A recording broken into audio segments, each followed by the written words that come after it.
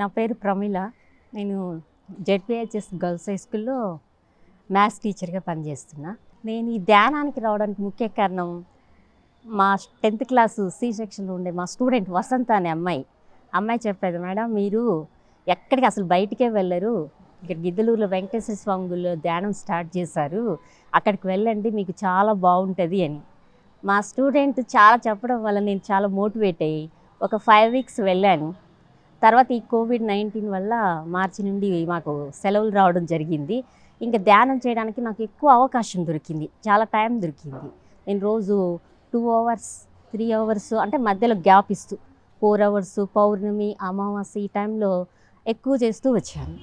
నేను ఇంతకుముందు non veg తినేదాన్ని. తర్వాత ఎప్పుడైతే అక్కడ గుళ్ళో వాళ్ళు చెప్పిన మాటలకు నేను నాన్ వెజ్ పూర్తిగా మానేసి ఫుల్ వెజిటేరియన్గా మారిపోయినా. రోజు చేస్తుంటే అయితే అప్పుడు నాకు ఎక్కువ గ్యాస్ట్రిక్ ప్రాబ్లం వచ్చేది. అస్సలు నేను దగ్గర 6 months చేసా, గ్యాస్ట్రిక్ ప్రాబ్లమ్స్ అనేవి లేవు. అందులో ఐస్ ఇరిటేషన్ ఎక్కువగా వచ్చేవి. ఐస్ ఇరిటేషన్ అంత సమ్మర్లో అయినా సరే నాకు ఐస్ ఇరిటేషనే రాలేదు. మామూలుగా అయితే ఎండలకు బాగా రెడ్గా అయ్యి చాలా ఇబ్బంది పడేదాన్ని.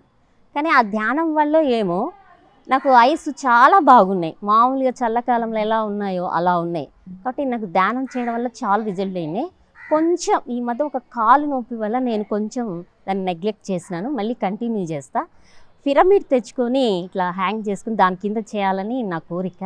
నేను ఇంకా అక్కడికి వెళ్తూ ఇంకా మా తోటి టీచర్లను కానీ 2-3 మోటివేట్ చేసి వాళ్ళని కానీ వచ్చేటట్లు చేశాను.